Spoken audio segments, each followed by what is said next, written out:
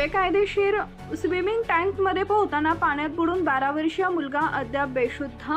सोलापूर महानगरपालिकेच्या लाचखोर अधिकाऱ्यांच्या संगनमतांमुळे स्वागतनगर, नई जिंदगी व शोभादेवी नगर येथील लहान मुलांचे जीव धोक्यात आले। स्वागतनगर परिसरातील कोणतीही परवानगी न घेता बेकायदेशीरपणे जागेवर अतिक्रमण करून फार मोठा स्विमिंग टँक तयार करण्यात आला। पाणी महानगरपालिकेचे, तेही घाण गढूळ पाणी, तेही पैसे घेऊन पोहण्यास देतात आणि या स्विमिंग टँकमुळे अनेक विद्यार्थ्यांचे जीव धोक्यात येणार अशी तक्रार अनेक वेळा महानगरपालिकेच्या संबंधित अधिकाऱ्यांना केली। मात्र संबंधित लाचखोर अधिकाऱ्यांमुळे हा प्रकार कालच घडला। त्यामुळे काल पोहण्यासाठी गेलेल्या 12 वर्षाचा अझर हा मुलगा बेशुद्ध अवस्थेत आढळला।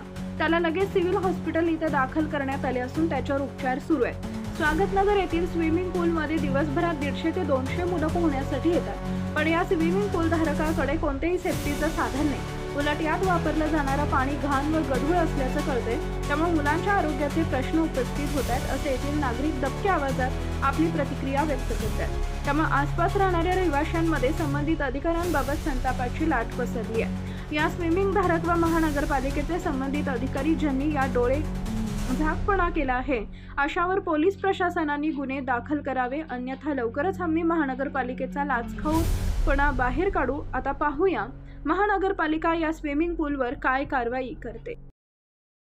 बंधुप्रेम न्यूज चॅनलला लाईक, सबस्क्राईब व बेल आयकॉन दाबायला विसरू नका। धन्यवाद।